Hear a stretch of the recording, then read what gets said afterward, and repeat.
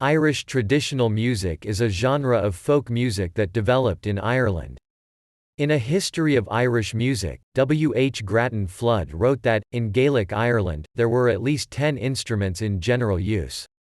These were the cruit and clairseach, the timpan, the feadan, the buinne, the guthbuinne, the bennbuabhal and corn, the cuislenna, the stoc and sturgan, and the cnamha. There is also evidence of the fiddle being used in the 8th century. There are several collections of Irish folk music from the 18th century, but it was not until the 19th century that ballad printers became established in Dublin. Important collectors include Colm Ó Lochlainn, George Petrie, Edward Bunting, Francis O'Neill, James Goodman, and many others. Though solo performance is preferred in the folk tradition, bands or at least small ensembles have probably been a part of Irish music since at least the mid-19th century, although this is a point of much contention among ethnomusicologists.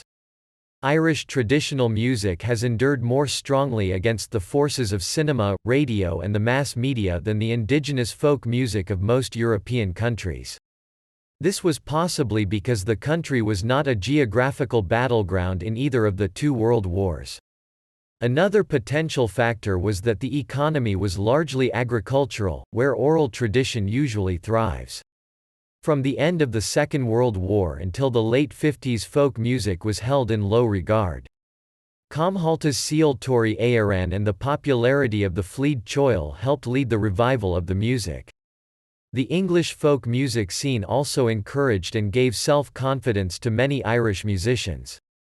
Following the success of the Clancy Brothers and Tommy Makem in the US in 1959, Irish folk music became fashionable again. The lush sentimental style of singers such as Delia Murphy was replaced by guitar-driven male groups such as the Dubliners.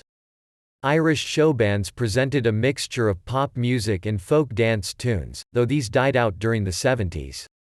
The international success of the chieftains and subsequent musicians and groups has made Irish folk music a global brand. Historically, much old-time music of the USA grew out of the music of Ireland, England and Scotland, as a result of cultural diffusion.